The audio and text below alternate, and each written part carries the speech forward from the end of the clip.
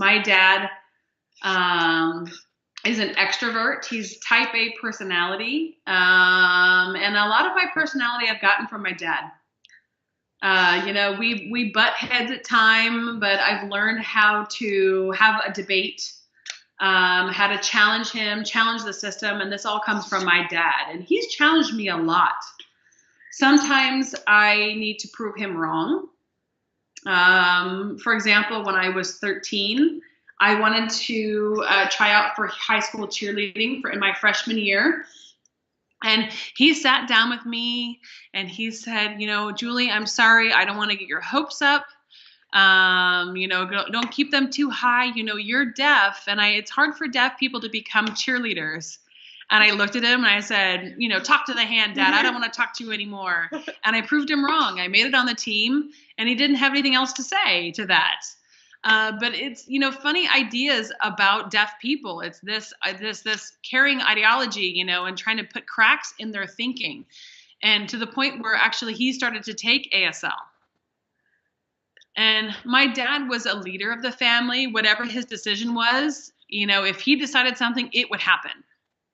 So I've learned the family politics. If you want something to happen in the family, you need to challenge my dad enough in order to get him to agree, and then it would obviously move forward.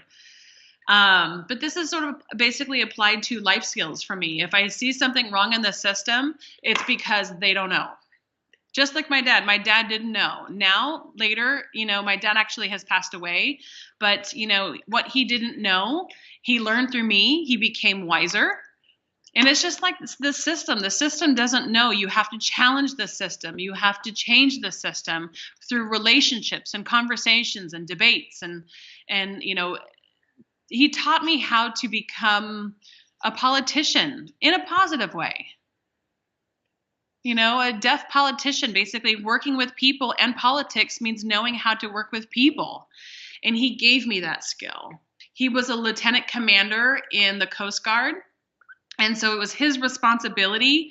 He had a huge responsibility. And so he did search and rescue in the Bay Area.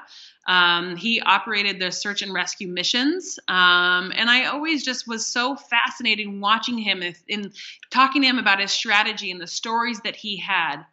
And he was a colorful man. He was sort of loud and vibrant and life of the party. And so when my dad passed, I felt a huge hole in my life, just gone. This person with so much life, to have him be gone from an instant. He actually died of a heart attack, and so it was very instantaneously. But he made me what I am today, and so I was very, very close to my dad.